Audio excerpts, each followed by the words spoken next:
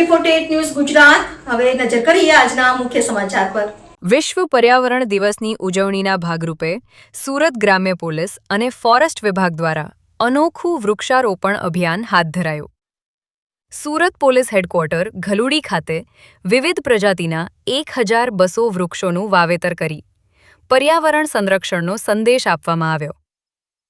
વિશ્વ પર્યાવરણ દિવસ નિમિત્તે સુરત ગ્રામ્ય પોલીસ અને ફોરેસ્ટ વિભાગના સંયુક્ત ઉપક્રમે સુરત પોલીસ હેડક્વાર્ટર ઘલુડી ખાતે વિશાળ વૃક્ષારોપણ કાર્યક્રમ યોજાયો હતો।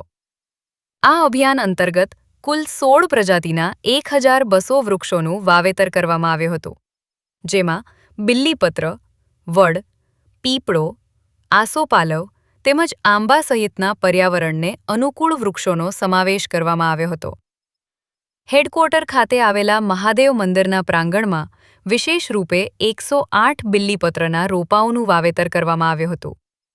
કાર્યક્રમમાં આઈજીપી સુરત રેન્જ, સુરત ગ્રામ્ય પોલીસ અધિક્ષક, એએસપી સહિતના ઉચ્ચ પોલીસ અધિકારીઓ અને વન વિભાગના અધિકારીઓ ઉપસ્થિત રહ્યા હતા। આ વૃક્ષારોપણ અભિયાન દ્વારા પર્યાવરણ જાગૃતિ વધારવા તેમજ ગ્રીન સુરતના સંકલ્પને વધુ મજબૂત બનાવવાનો સંદેશ આપવામાં આવ્યો હતો।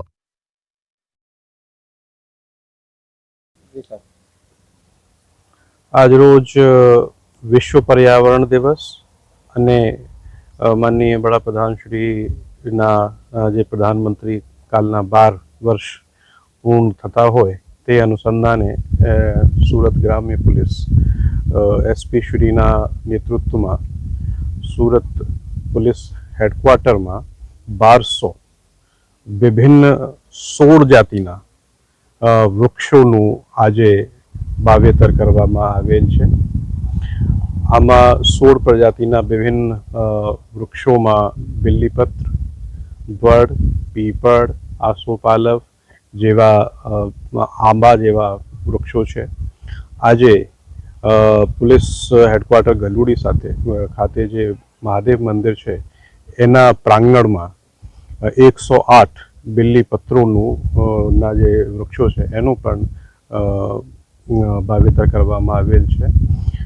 આજના વિશ્વ પર્યાવરણ દિવસ નિમિત્તે મારી તમામ નાગરિકોને એક નમ્ર અપીલ છે કે વધુમાં વધુ વૃક્ષો વાવે અને વૃક્ષોનું જતન કરે, એનું સંરક્ષણ કરે, જેથી કે આપણે પર્યાવરણને બચાવવા અને એને વધારે અભિવૃદ્ધિ કરવામાં સફળ થઈએ। AB48 ન્યૂઝ ગુજરાત સાથે પ્રશાંત પટેલ, બારડોલી।